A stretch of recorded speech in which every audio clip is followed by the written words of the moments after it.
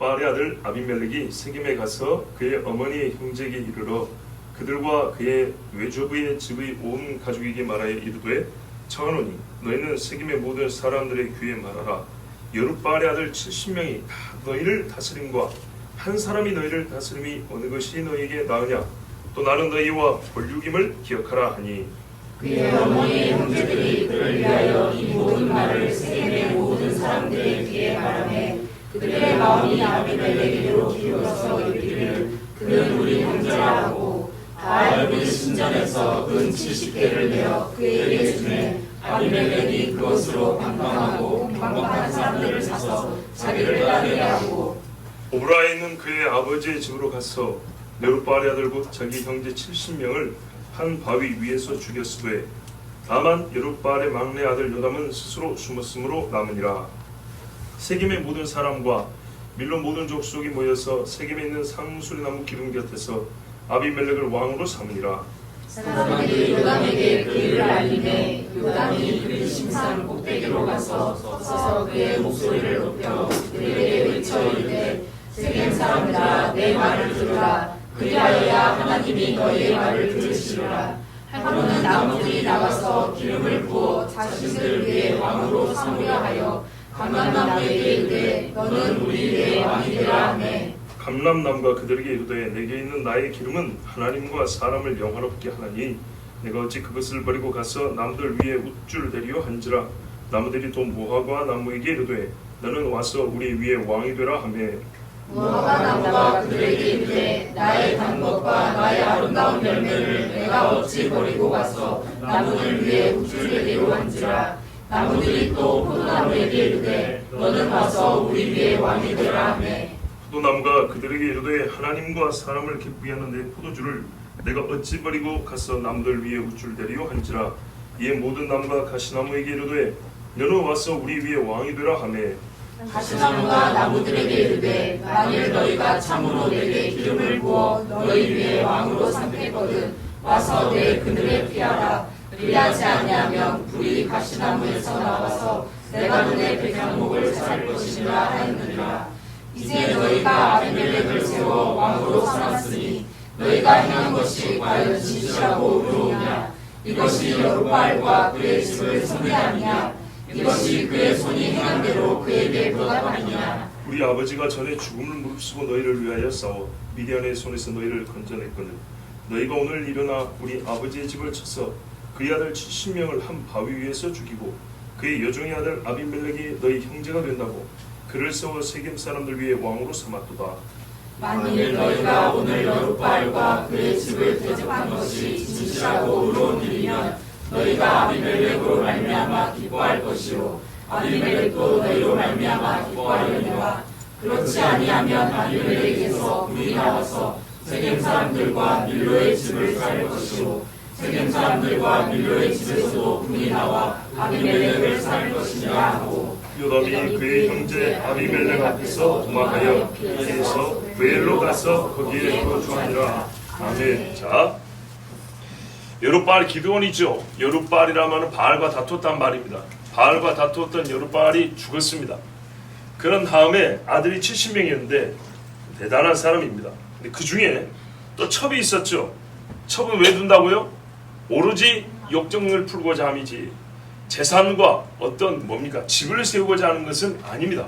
아들이 없던 것도 아니고 70명의 아들이고 딸이 또 얼마나 많았겠습니까?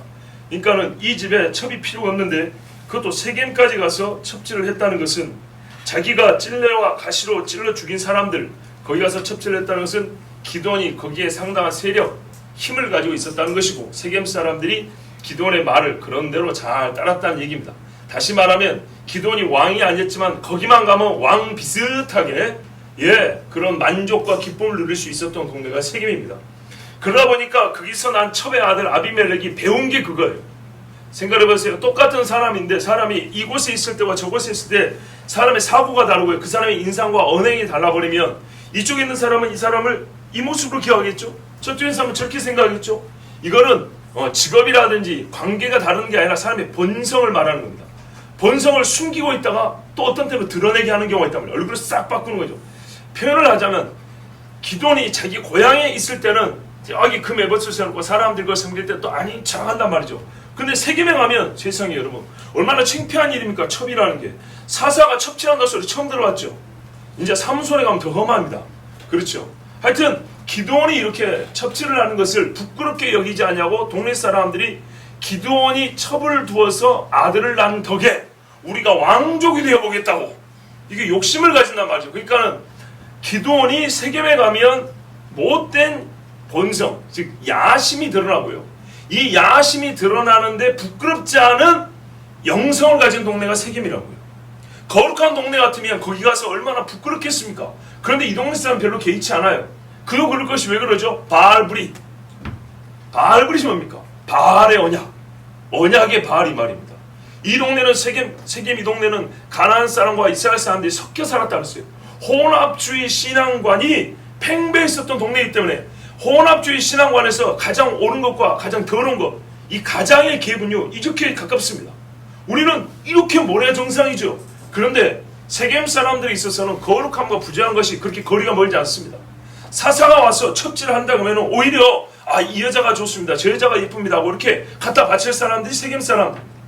그러니까 기드온이 여기 와서 죄 짓는 게 별로 부담이 안 됐고 이 사람들은 또 자기들이 기드온한테 당한 것이 있고 또는 기드온 어떤 면에서는 이제는 기드온의 그늘 아래서 뭘까요? 약간의 기드온의 보호를 받는다고 할까요? 왜냐하면 오히려 자기 손에 확 쥐고 나면은 자기가 이 손에 쥔 걸 놓치지 않기 위해서 오히려 보호해주는 경우도 있습니다. 자, 이리저리해서 세겜과 기드온은 죄에 있어서 상부상조하는 그런 관계였다는 걸 알 수 있습니다. 근데 여기서 자란 아들이다 보니까 배운 것이 바로 그거예요. 네. 아버지의 이 속 깊은 데서 나온 그 야심, 요거를 배워 이 아들이 욕심을 냈어요. 뭘요? 사람들이 우리 아버지를 왕으로 모시려고 하는데 왜 우리 아버지는 그것을 마다했는가? 이게 불만이라면 불만이었던 거예요. 그리고 이게 자기 인생의 꿈이 된 거죠. 어디서? 여러분 70명의 아들이면 그 중에 한 놈이 왕 되고 싶은 놈이 나올 법하지 않습니까? 그런데 그래서 제가 말씀드린 거예요. 오브라에 있을 때와 세겜에 있을 때 기드온의 행위가 차이가 있었다는 거예요. 예, 그가 자기 자식들의 눈에 보이는 게 분명히 차이가 있었다는 거예요. 거기다가 세겜 사람들의 참 이렇게만 미안하지만 가나안의 그 본래 고향의 오브라 쪽과 이 세겜 사람들의 영적인 질이 차이가 난 거예요. 그러니까는 그 좀 저급한 데서 자란 이 첩의 아들의 경우에는 또 첩의 아들이다 보니까 서론도 있었겠죠. 이 모든 것들을 하여튼 부정적으로 작용을 한 결과 그렇게 하나님이 하지 말아오는 왕이 되겠다고 이제 아버지 죽고 난 다음에 자기가 계획을 세우고 실행을 하는 겁니다. 그런데 이 사람이 얼마나 치밀하게 준비를 했냐면 사람의 본성을 읽을 줄 압니다. 그리고 그동안의 추이를 보니까 이 세겜 사람들이 갖고 있었던 속 생각이 무엇인지를 봤어요. 그게 뭐냐면 기드온 이후로 세겜 사람들은 기드온의 수하에 있는 것처럼 다른 이스라엘 민족들 보기에 조금 이 뭡니까는요 서러움을 좀 당한 거죠. 왜? 역사적으로 옛날에 미디안 사람들 치러 갈 때 그 떡덩이 몇 개 주면 될 거를 그걸 안 준다고 했더니 말 그대로 그 말이에요. 질적으로 그렇게 좋지 않아요. 질적으로 좋지 않은 사람이 서러움까지 당하니까 뭔가 누가 빵 터뜨려주면 그래 하자 하고 손들 수 있겠죠. 바로 그걸 읽어낸 겁니다. 그래서 아비멜렉이 이렇게 말합니다.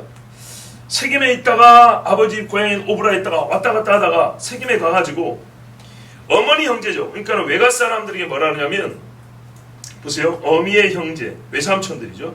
외조부의 온 가족에게 외가 친척들에게 뭐라 하냐면 세겜 사람들 귀에 말하라.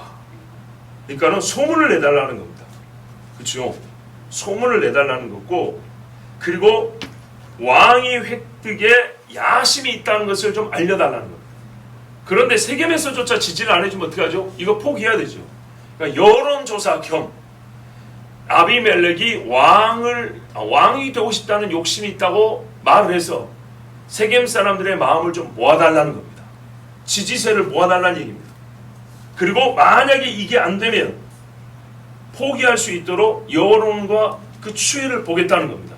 자, 이렇게 해서 아비멜렉이 있는 대로 말했습니다. 나는 왕이 되고 싶다. 그리고 당신들은 이걸 지지해 주겠냐? 이렇게 물어본 겁니다. 그러면서 두 가지 얘기를 했죠. 내용은 그건데 여룻바알의 아들 70명이 너희를 다스리는 것과 나 한 사람이 다스리는 것이 어느 게 더 낫겠냐? 이렇게 질문을 했습니다. 참 요즘에 설문조사가 좀 문제가 있다고 하는데 문항 자체가 틀린 겁니다. 왜죠? 하나님이 애시당초 왕을 허락한 적이 없습니다. 그런데 왕을 허락한 적이 없는데 왕을 허락받았다 또는 왕을 세워도 된다라고 자기들이 이미 그거를 판단을 내려놓은 다음에 누가 왕이 되는 게 좋냐 이렇게 물어봐 버린 거예요. 두 번째, 하나님이 허락을 안 했고요. 만약 허락했다 치더라도 70명, 아비멜렉의 아들 70명이 왕이 되겠다 후보 등록한 적이 없습니다. 그렇죠? 왕이 되겠다 소리를 한 적도 없는 사람들을 괜히 상대로 놓고 거기다가 그 중에 한 명도 아니고 70이라니요. 이거 누가 봐도 말이 안 되잖아요. 그렇죠? 누가 봐도 말이 안 되는 카운터파트를 딱 놓고 저 70명하고 나 한 사람하고, 여러분 70명이 왕이 되는 거 한 사람이 왕이 되는 거 생각하면 나라도 한 사람이 좋다 그렇죠. 그러니까 애시당초 있지도 않고 해서도 안 될 물음을 가지고 질문을 던진 다음에 이 질문 자체가 허용이 안 되는 것인데 우리는 그걸 모른다니까요. 선악과에 대해서 인간은 질문 자체가 허용이 되지 않아요. 근데 마귀가 질문을 던졌단 말이에요. 질문이 허용이 안 되기 때문에 거기서 그냥 입 다물어 이래야 되는데 허용도 안 되는 질문을 받은 다음에 그 다음에 뭐요? 내용을 따져본다고요. 이거는 틀린 거예요.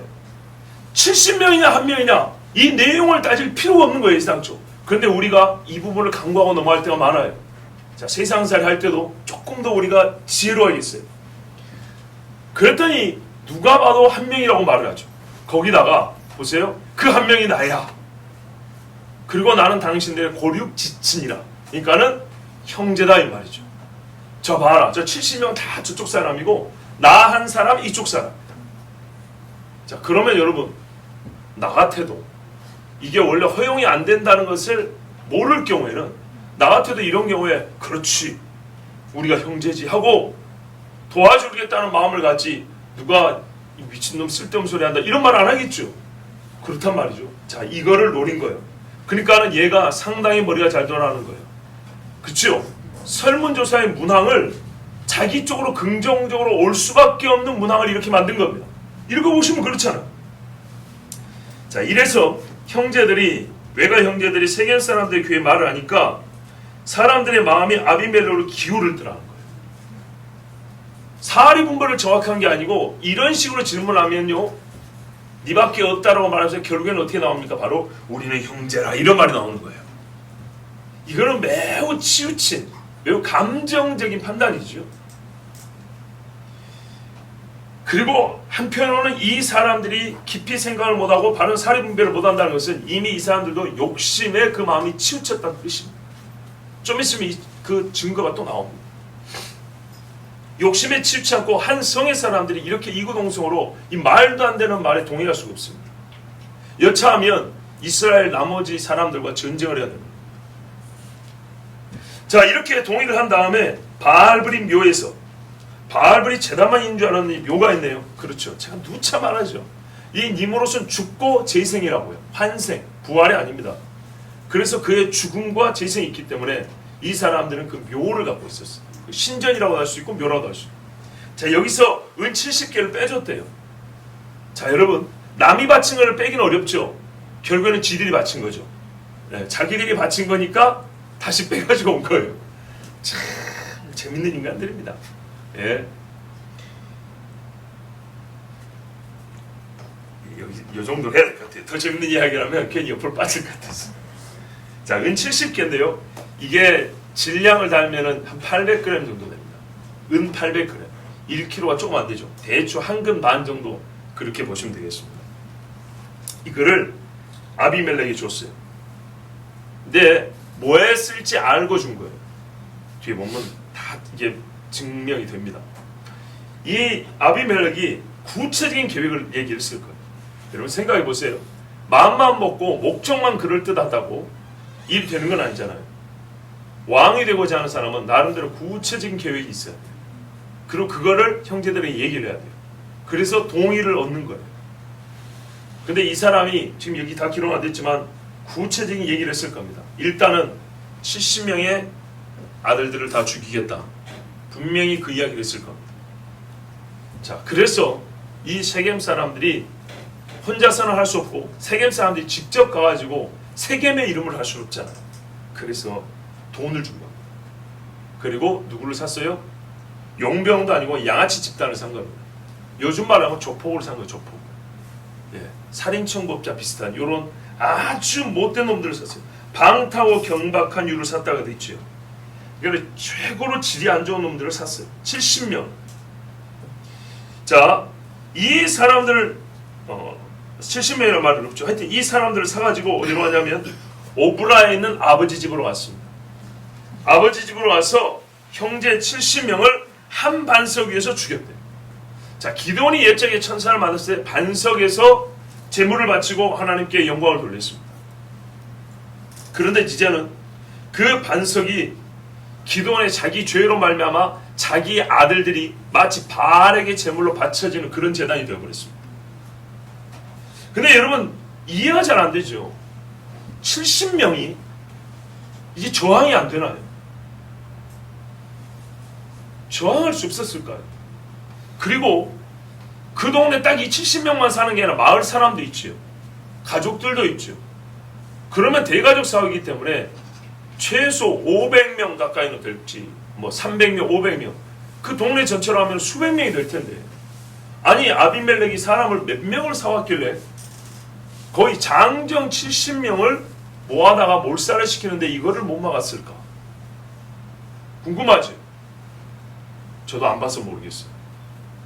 그 말은 어떻게 되냐면 이게 은밀하게 한 명씩 한 명씩 이렇게 데리고 오는 방법을 썼다는 거 볼 수 있습니다.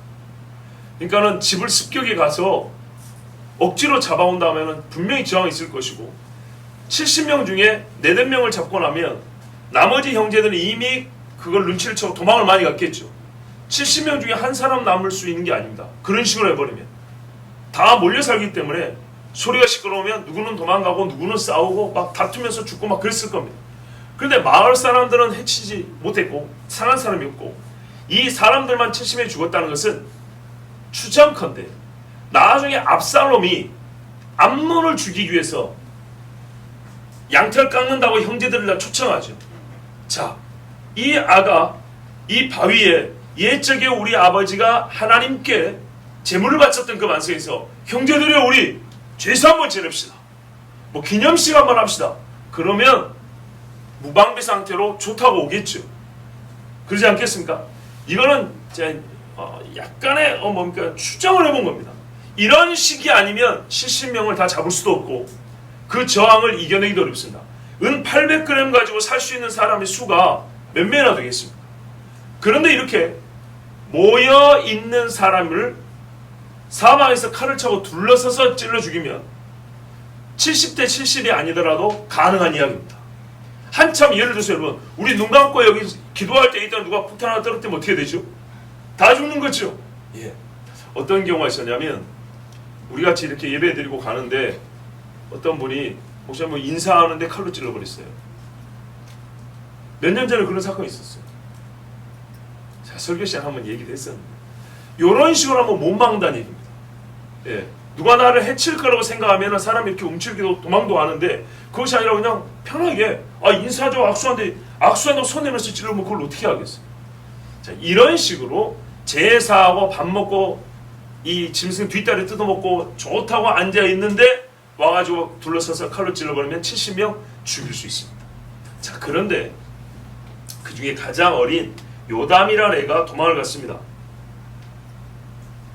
보니까 이 아들이 말 주변을 봤을 때 아주 어린애가 아니에요. 그래서 70명이 다 장성했다고 보는 겁니다. 또 40년 사사생활을 했기 때문에 이 막내 아들도 나이가 있었고 다른 형들은 이미 다 가정을 이룰 정도로 다 장성한 사람들이었던 겁니다. 어쨌건 이 70명을 죽인다는 게 얼마나 자랑무도한 행위인지 봐보세요. 닭 못 잡죠. 저도 닭 못 잡습니다. 생선은 손질해도 닭은 못 잡습니다. 그런데 여러분 제가 약간 웃기게 말을 했지만 웃을 수 있게 말을 했지만 사람 70명을 어떻게 죽입니까? 정말로 이거는 마귀의 영이 들어가지 않으면 불가능한 겁니다. 그래서 사람의 살의가 들어가면 눈이 새빨개지고 눈빛이 달라져 버립니다. 바알브릿에서 귀신의 묘, 귀신의 집에서 은을 가져와서 경박한 사람을 샀으니 말 그대로 바알의 자식들을 사가지고 바알의 짓을 하고 있는 것입니다. 예측 니무롯과 같은 짓을 하는 거죠. 자, 이리 되고 나서 세겜 사람과 그 근처에 밀로라는 동네의 사람들이 모여서 세겜에 있는 기둥상수나무, 역시 여기가 뭐냐면 바알 숭배하는 나무입니다. 이 밑에서 아비멜렉을 왕으로 삼았으니 그야말로 뭐죠? 이스라엘의 반의 총이 왕이 된 겁니다. 이스라엘 역사상 공식적 왕정은 아니고 왕이 다스리는 정치 제도를 공식으로 가진 건 아닌데 비공식적이지만 최초의 왕은 바알의 이름으로 기름 부음 받은 사람이었습니다. 엄청난 사건이죠. 진짜 요즘 말로 하면 하나님이 일단 핵폭탄을 떨어뜨리고 다 죽여버려야 될 만한 일이었어요. 이게 말이 됩니까? 약속의 땅에 와가지고 그렇게 세우지 말라는 왕을 세우는데 그것도 말이죠. 하나님은 전혀 손대지 않았습니다. 바알의 이름으로 사람을 사고 바알을 섬기는 데서 바알의 이름으로 기름을 붓고 왕으로 세웠어요. 이 무지막지한 이 더러운 죄를 하나님이 그대로 두실까요? 절대로 둘 수가 없습니다. 그러면 왕이 된 사람을 사람들이 이길 수 있겠습니까? 물론 이 사람이 국가 정비를 하고 조직을 그렇게 막 잘 갖춘 건 아니지만 일단 흩어져 있는 다수보다는 모여있는 소수가 힘이 센 겁니다. 여기는 구심점이 있어요. 이제부터 조직을 갖춰야 돼 있어요. 자기 나름대로 세겜 사람들은 어쨌든 똘똘 뭉쳐서 이제는 뭐 운명 공동체죠. 예, 같이 죽든지 같이 살든지 둘 중에 하나란 말이죠. 그렇게 돼 있다. 그러면 사사시대를 우리가 겪어서 알지만 서로 띄엄띄엄 떨어져서 자기 살기 바쁜 사사시대의 그 이스라엘 각 지파가 이 문제를 관심을 가지냐? 별로 관심을 가지지 않습니다. 여러분, 우리나라 여론조사에 보면 동성애 찬성하는 사람 10%도 안 나온다고 그랬습니다. 그런데 왜 국가 정책이라든지 아니면 각 시도의 행정이 친동성애제로 가는데 그걸 못 막습니까? 그 말입니다. 10%의 동성애 찬성 내지는 뭐 우호적인 사람들은 조직을 갖춰서 힘을 모읍니다. 그러나 90%는 심정적으로는 반대지만 아무런 행사를 하지 않습니다. 움직이지 않습니다. 모이지는 않습니까? 모이지는 않습니다. 그래서 90%가 반대해도 안 되는 거예요. 모이는 힘이 있어야 되고 운동이 돼야 됩니다. 그 힘이 운동이 돼야 되고 근육이 이렇게 하는데 가만히 있으면 뭐 있어먹죠? 아무 쓸데없는 겁니다. 움직여야죠. 바로 그 차이입니다. 그래서 비록 세겜에서 이 조그만 동네 하나를 장악했지만 왕이 되고 왕으로 인정하는 지지 세력이 결집한거하고 그렇지 않고 흩어져 있는 저 다른서부터 부엘사가까지 수많은 이스라엘 백성이 수백만이 돼도 이거는 해볼 도리가 없는 겁니다. 그러면 어떻게 해서 이 악한 자가 무너지냐? 하나님께서 무너뜨려 주셔야 되는데 오늘도 아니 우리가 다음에 확인하지만 성경에서는 항상 인간의 힘으로 안 될 때 하나님이 해주시는 방법이 뭐냐면 크게 두 가지인데요. 천재지변 그리고 자중질환. 그 안에서 자기들끼리 치고받고 싸우게 합니다. 그래서 망하게 합니다. 왜 그런 방법을 씁니까?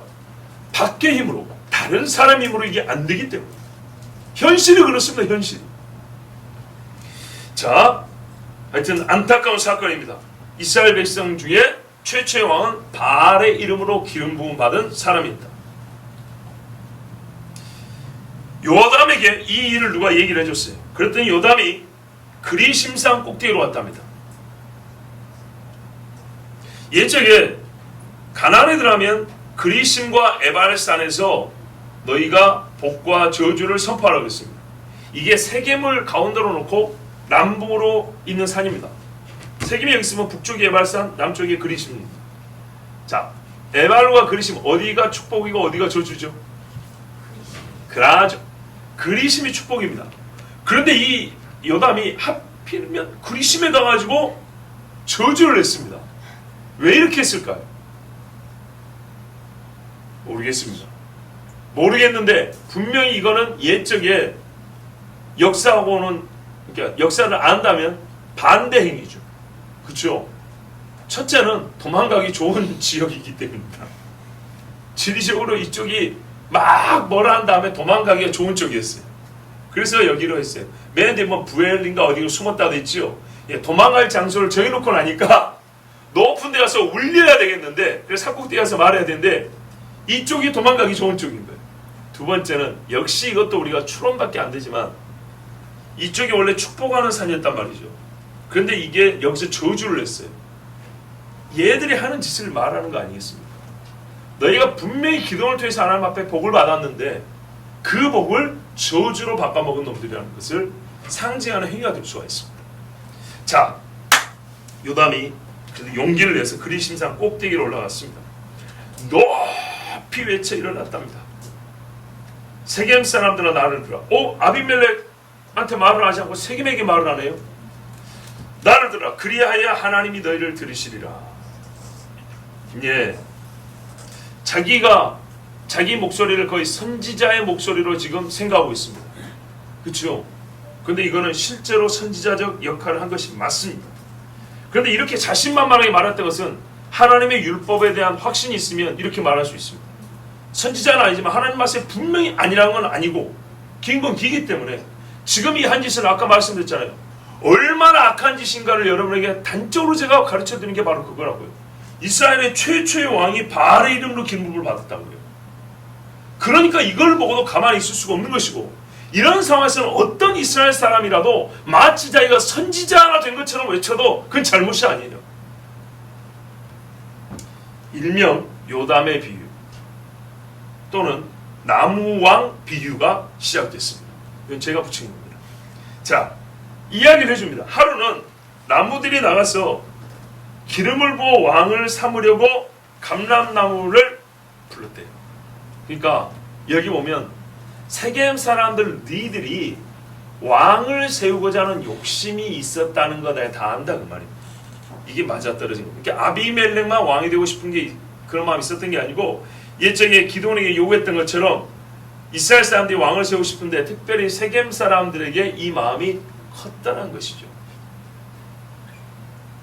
실제로는 아비멜렉이 먼저 자기가 왕이 된다 했습니다. 그런데 이 비유는 어떻게 되냐면 나무들이 먼저 왕이 될 나무를 찾는 식으로 이야기되어 있습니다.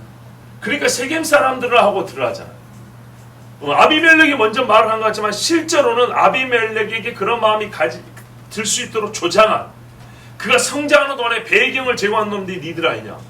그렇다면 어떤 식으로 컸겠습니까? 아비멜렉이 어릴 때부터 네가 크면 왕이 될 사람이다, 네가 우리 세겜을 살릴 놈이다, 뭐 이런 식으로 한마디씩 했다, 그렇게도 볼 수 있는 것이죠. 감람나무에 갔어요. 가장 그럴듯한 나무죠. 그 기름이 얼마나 귀합니까? 갔더니 이 감람나무가 뭐라 하냐면, 나는 그렇지 기름으로 대표되는 나무지, 하나님과 사람을 영화롭게 한다, 이 직무, 이 영광스러운 직무를 버리지 않겠다, 왕 그까지가 아무것도 아니다, 그렇게 말했어요. 무화과나무에 갔더니 무화과는 뭡니까? 열매죠.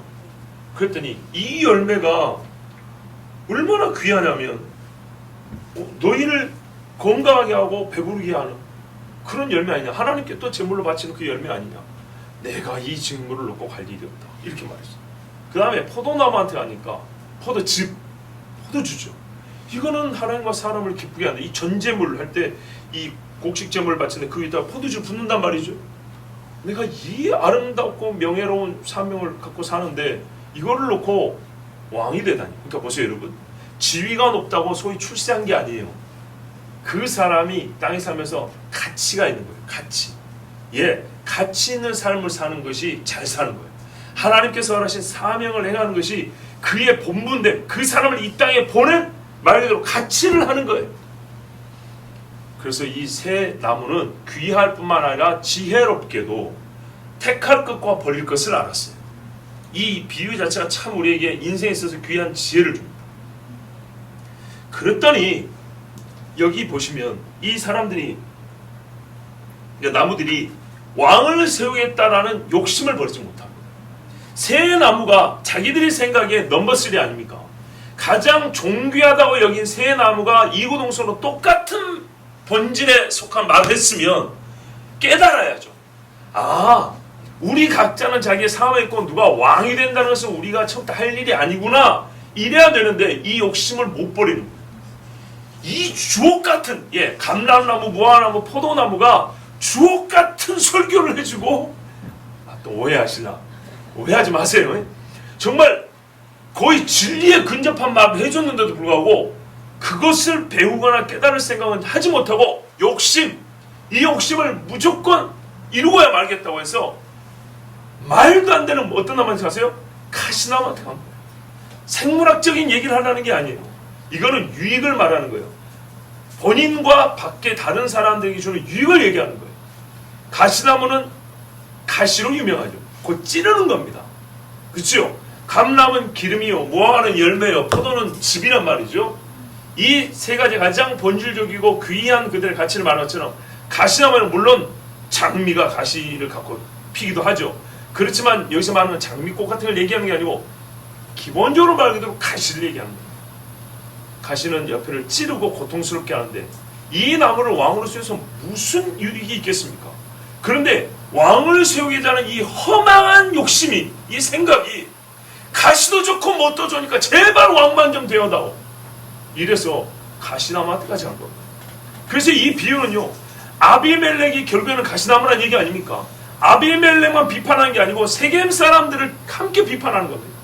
그리고 제1의 청자가 세겜 사람들입니다. 아비멜렉이 그렇게 말도 안 되는 생각을 해도 세겜 말 그대로 세겜의 자식이기 때문에 세겜의 아비들이 이걸 말리고 이 욕심을 꺾어야 되는데 오히려 너희들이 이놈이 헛생각을 가지고 꿈을 이루도록 힘을 보태주고 배경이 되어준 사람들이기 때문에 너희 책임이 크다는 얘기입니다. 그래서 결국에는 가시나무한테 가가지고 우리 왕이 되라고 이렇게 얘기했다는 겁니다. 즉 이렇게 해서 성경은 양면에서 시작된 이 죄의 발원지를 우리에게 가르쳐 주는 겁니다. 처음에는 아비멜렉이 자기가 왕이 되겠다고 친척을 차장으로 냈지만 실제는 그와 동시에 아니면 그보다 오래전부터 세겜 사람들에게는 자기들 출신에서 자기 지역 출신에서 왕이 좀 나왔으면 하는 욕심이 있었다는 얘기입니다. 그 유일한 희망이 아비멜렉이었던 거고 이 두 가지를 요담이 알고 있었기 때문에 하나님은 아비멜렉의 행사와 요담의 비유를 통해서 이 두 가지 사실을 우리에게 다 가르쳐 준 겁니다. 자, 그때 왕이 되라 했는데 가시나무가 뭐라고 되냐면 꼴에 왕 세워진다면 고마워해야 되겠죠. 그런데 뭐라냐면 조건이 있답니다. 조건. 이야, 순위도 못 든 것이 왕 세워진다니까 조건을 내걸었는데 뭐라고 말했냐. 너희가 참으로 이 비유의 끝부분 보세요. 너희가 참으로 내게 기름을 부어 너희 왕을 삼으려고 하면 내 그늘에 피하라. 그리하지 아니하면 불이 가시나무에서 나와서 레바논의 백향목을 살 것이냐. 어디 주제에 가시나무 주제에 레바논의 백향목을 사는단 말입니까?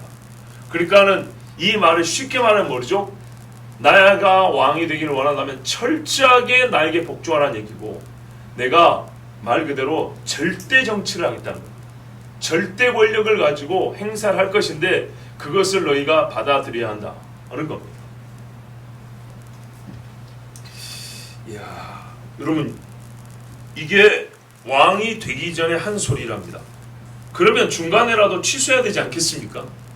근데 사람이요 죄를 짓고자 하는 욕심이 생기면 이 관성을 못 멈추고 끝까지 밀고 가서 생겨 먹은 것이 가시고 거기다가 누가 가시나무 아니랄까봐 말하는 꼴을 보면 처음부터 내가 정말 하고 싶은 대로 다 할 테니까 너희들 말 안 되면 내가 너희들 다 살라버린다. 레바논 백향목이라도 내가 살라버릴 것이다. 이렇게 아주 오만방자한 소리를 하는데도 뭐라고요? 오케이 했다는 거예요. 다시 말하면 세겜 사람들은 아비멜렉이 어떤 인품을 가진 인간인지 안다는 얘기입니다. 즉 아비멜렉이 자기 형제 70명을 죽일 걸 알고 오케이 했다 이 말입니다. 딱 맞아떨어지죠. 레바논의 백향목이라 할지라도 아비멜렉보다 존귀한 자들이 기드온의 70명의 아들이었습니다. 그런다 할지라도 나는 걔네들을 살라 없애버릴 것이다. 너희들이 내 그늘에 정말 내가 너희들을 이렇게 덮어주길 원하냐? 그러면 내가 저놈들 다 죽일 건데 그것부터 도와라. 그래서 세겜 사람들이 아비멜렉과 함께 기드온의 70명 아들을 죽인 겁니다. 요담이 이것을 화가 난 겁니다. 아비멜렉만의 죄가 아니라는 거예요. 그래서 뭐라 합니까? 이제 너희가 비유가 끝난 다음에 비유에 대한 해석이 겸하여서 본인의 이 비유의 마지막 이 종결이 이렇게 이어집니다. 너희가 아비멜렉을 세워 왕을 삼았으니 너희 행하는 것이 과연 진실하고 의로우냐? 이것이 여룻바알과 그 집을 선대함이냐? 이것이 그 행한 대로 그에게 보답함이냐? 아니죠. 분명히 기드온이 뭐라냐면 나와 내 아들들이 너희를 다스리지 않는다 그랬어요. 어쨌든 이게 공식적인 발표였어요. 그 유지를 받들어야 된다는 거고, 거기다가 70명의 아들이 죽었죠. 그 책임이 너희에게 있다니 말입니다. 우리 아버지는 목숨을 바쳐 너희를 살렸는데 너희는 그 아들 70명을 한 자에서 죽여버립니다. 이게 사람이 할 짓이냐 이 말이죠. 그 다음 보세요. 우리 아버지가 전에 죽음을 무릅쓰고 너희를 위하여 싸운 미디안의 손에서 너희를 건져냈거든. 너희가 오늘날 일어나서 우리 아버지의 집을 쳐서 그 아들 70인을 한반석 위에서 죽이고 그 요종의 아들 아비멜렉이 너희 형제가 된다고 그를 세워 세겜 사람의 왕을 삼았도다. 보십시오. 맞죠? 이 비유의 해석이 맞지요. 이게 지금까지 일어난 일입니다. 이에 대하여 요담이 이제 저주를 합니다. 판단을 내리고 저주를 합니다. 만약에 너희가 지금 이 행한 일이 여룻바알, 자꾸 기드온이라 안 하고 여룻바알이라고 그러죠. 바알과 싸운 사람이고 너희는 바알의 이름으로 왕을 세운 사람들이고, 바알과 싸운 사람 기드온에게 너희가 진실과 의로움으로 대한 것이면 이후에 이 행위의 결과도 즐거움과 복이 될 것이다. 그쵸? 서로 즐거울 것이다. 근데 그렇지 않으면 진짜로 아비멜렉에서 불이 나와서 한 통속인 줄 알았는데 너희끼리 서로 너희들이 불을 뿜어서 아비멜렉을 죽이고 또 아비멜렉이 불을 뿜어서 너희를 태워 죽이고 서로 이렇게 불살라 죽이게 될 것이다. 예언적 선포인데요. 이제 다음 주에 오겠지만 꼭 그렇게 됩니다. 그래서 세겜 사람 중에 아비멜렉을 대지하는 사람이 나옵니다. 그래서 결국에는 세겜과 아비멜렉이 전쟁하여 죽습니다. 근데 이 아비멜렉이 얼마나 참 어이없게 죽냐? 어떻게 죽는다고요? 여자가 맷돌 윗자기가 떨어뜨리고 머리가 깨져 죽는다 그랬죠. 이렇게 죽어. 자, 요담이 이렇게 말을 하고 아비멜렉을 두려워서 도망했답니다. 근데 성경에 이 도망하는 모습을 참 이렇게 뭐랄까요? 약간 유머 있게 기록한 경우가 별로 없는데 달려 도망해요. 한번 생각해보세요. 이 젊은 애가 막 외친 다음에 산꼭대기에서 부지런히 달려가지고 내려가는 모습을 한번 생각해보세요. 그러니까 이 애가 정말 집단에는 할 수 있는 최고의 용기, 끌어낼 수 있는 용기를 다 모아가지고 얘기를 한 거예요. 이래고 이제는 겁이 나니까 막 도망갔어요. 그래서 부엘이라는 동네에 가서 숨어 있었답니다. 자, 이야기의 내용을 아시겠죠? 어떻게 지금 일이 진행되는지 아시겠죠? 재밌죠? 그리고 이 중에 몇 가지 중요한 교훈을 얻었습니다. 사실도 확인했습니다. 몇 가지 짚어보면요. 첫째, 결국에는 이스라엘 사람들이 왕을 세웠는데 하나님이 하지 마는 걸 하다 보니까 하나님의 이름을 해서 바알의 이름으로 왕을 세웠다. 이것만 해도 정말 하나님이 이스라엘을 지면에서 없애버려도 될 정도의 죄다. 이걸 제가 오늘 본문이 길기 때문에 간단히 넘어왔어요. 지난 시간에 제가 바알에 대해서 좀 말씀을 드렸죠. 사실은 이 하나만 가지고도 오늘 우리를 돌아볼 수 있는 게 너무 많아요. 근데 본문이 기니까 오늘 제가 짧게 넘어갑니다. 그 다음에 왕을 세울 때 사람들이 아비멜렉이 욕심도 있지만은 그 욕심이 성장하여 즉 죄의 열매를 맺게 된 토양을 형성한 것은 그 아이가 자란 땅, 곧 세겜이었다는 거예요. 그래서 우리 자녀들이 어떤 영적 토양에서 자라는가는 너무너무 중요합니다. 정말로 중요합니다. 그리고 보세요. 그 외갓집이라고 그랬잖아요.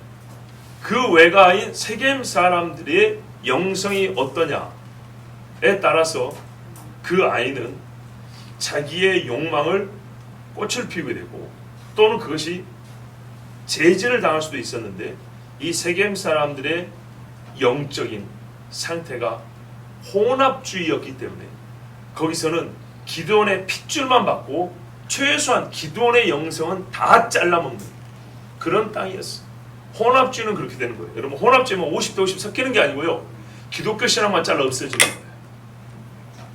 반드시 그렇게 됩니다.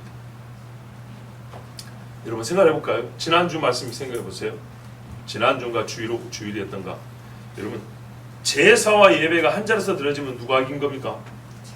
결국에는 제사가 이긴 겁니다.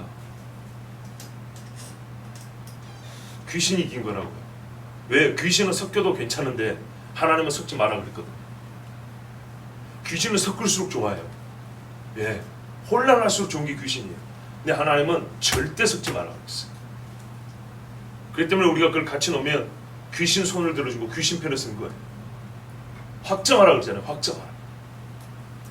그리고 아직 이제 막 시작된 사건이지만 우리가 중요한 사실을 하나 깨닫습니다. 여러분 보십시오. 아비멜렉은 사사도 아닙니다. 그죠? 근데 이 인간의 이 죄가 57절까지 기록이 되어 있습니다. 무지하게 길죠. 제가 오늘 하나님께서 또 섭리적으로 이 거의 같은 깨달음을 주셨는데요. 그리고 비슷한 성질의 사건을 마주하겠는데요. 오늘 새벽에 압살롬이 죽었어요. 압살롬이 정말로 그 자랑하던 머리카락이 나무에 걸려 죽었어요. 오늘 새벽에 들은 분들은 뭐 반복이 되겠지만 오늘 말씀과 상관이 있어서 함께 전해드립니다. 일단 여러분도 이것도 한번 상상을 해보세요. 머리카락이 길어요. 긴 머리가 나무에 걸릴까요? 풀어헤친 머리는 안 걸립니다. 이렇게 말았다는 뭐 그렇게 볼 수 있겠죠. 그런데 이것도 다 말하면 시간이 많이 가고 하여튼 이 사건도 정말 묘한 구석이 많습니다. 그 속도에 상수리 나무 가지가 얼마나 두껍고 강할 건데 장정이 노새를 타고 가다가 퍽 걸렸는데 그 나무까지 안 부러져요. 대롱대롱 매달리는데도 안 부러져요. 상수리 나무는 사실 그렇게 크지 않습니다. 가늘어요. 근데 재밌는 게 뭔지 알아요? 성경에 보니까 큰 상수리 나무에 걸렸대요. 하나님이 죽이기로 작정하셨습니다. 그랬어요. 하나님이 정하시고 하나님이 일을 하시면 이렇게 합니다. 우연인 것 같죠? 우연이 아닌 필연으로 그 밑을 지나게 되어 있습니다. 풀고 다니던 머리를 그날이라도 이게 따갖고 가게 되어 있습니다. 하나님이 하시는 게 그래요. 자, 그래서 결국 요담도 하나님이 죽이기로 작정하셔서 안 그랬으면 어떻게 해요? 요담이다. 아비멜렉으로 시작된 바알 왕조가 이스라엘에 세워지는 겁니다. 하나님은 그래서 이거는 두세 세대를 갈 필요 없이 이 즉시로 잘라버려야 됩니다. 잘 보세요. 하나님이 좀 기다려 주셨다가 제하시는 죄들이 있고요. 어떤 죄들은 그 자리에서 바로 잘라버리고 매듭을 지어버리는 죄들이 있습니다. 광야에서도 그렇습니다. 광야에서도 시간을 좀 끌면서 기다려준 죄들이 있고 회개할 때까지 좀 기다려준 게 있고 어떤 거는 그 자리에서 그날 바로 그냥 저녁별로 몇만 명씩 죽여버리는 그런 일들이 있습니다. 이걸 우리가 분별할 수 있어야 됩니다.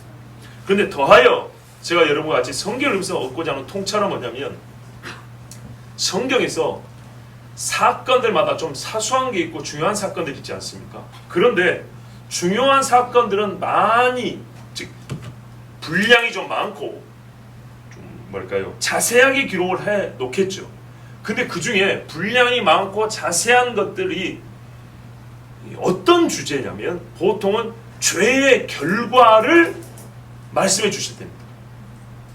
죄인이 죄를 짓고 난 다음에 그 죄에 대한 심판이나 죄가 씨가 뿌려서 얻게 되는 열매, 죄의 결과물들을 보여주시는데 다른 우리가 생각보다 의외로 굉장히 많은 글자와 장수를 할애합니다.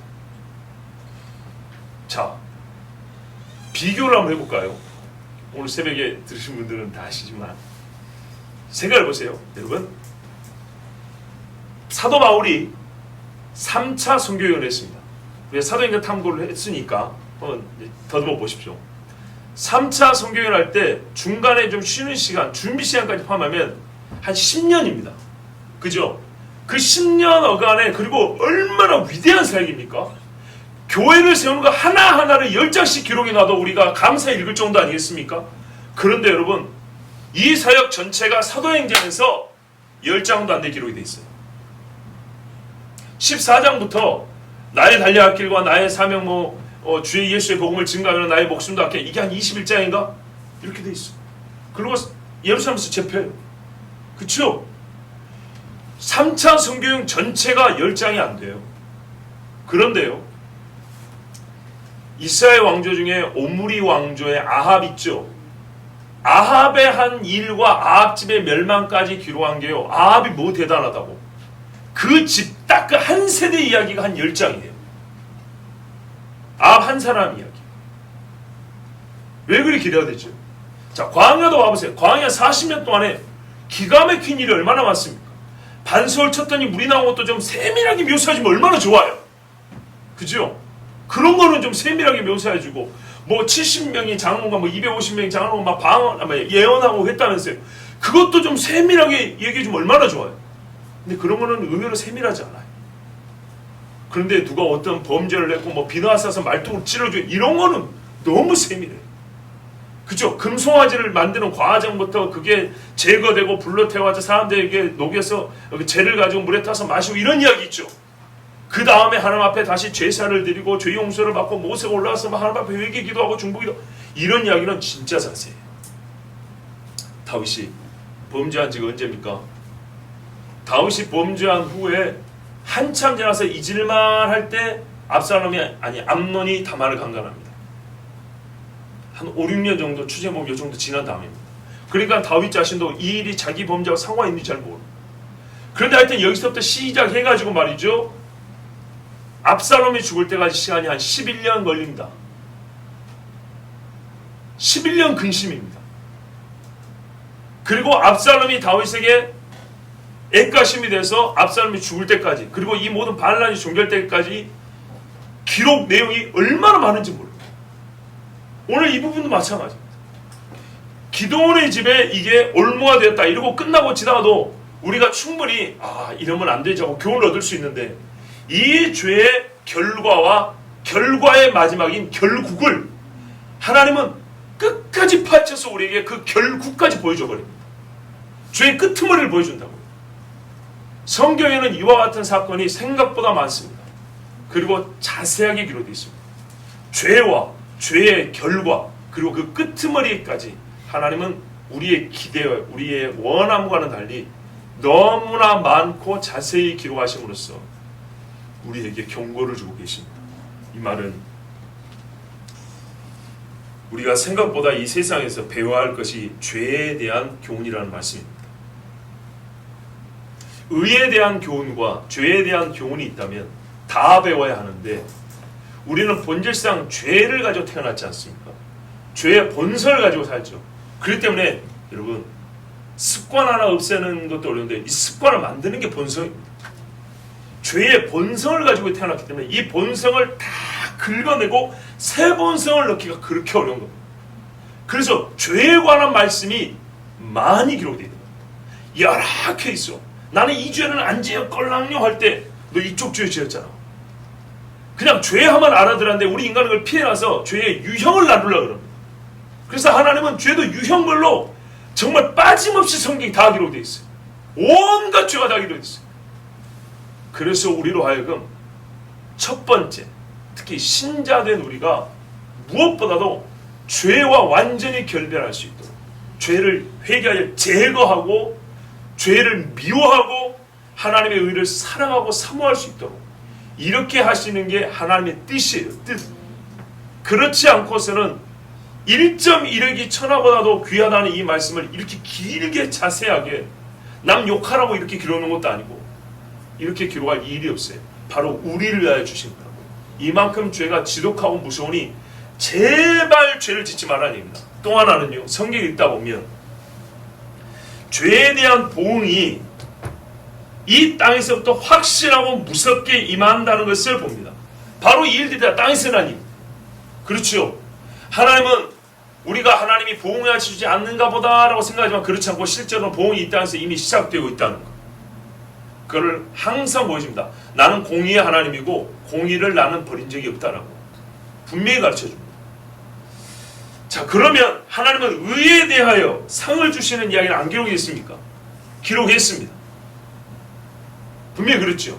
그런데 오히려 죄의 결과를 기록한 것보다 양이 적습니다. 그런데 또 약간의 차이가 있습니다. 어떤 차이가 있냐면 두 가지다. 죄에 대한 형벌과 심판과 의에 대한 상과 칭찬이 이 땅에서도 있고 내에서도 있고 끝에는 주님의 심판대에서 이게 있겠죠.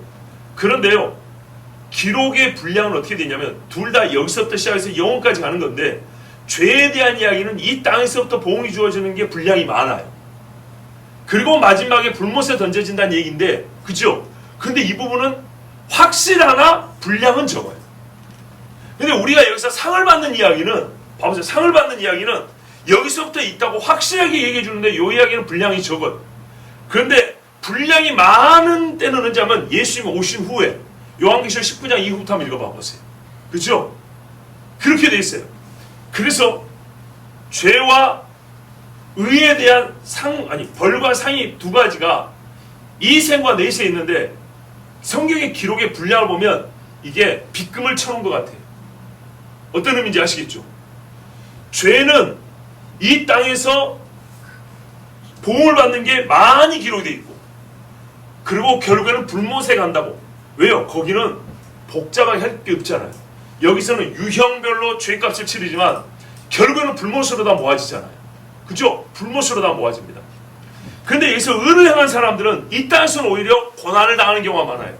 이 고난이 거꾸로 이 죄를 행하는 사람들을 하나님께로 인도하시는 방법, 정말 역설적인 하나님의 지혜가 되기 때문에 순교의 피를 봐보세요.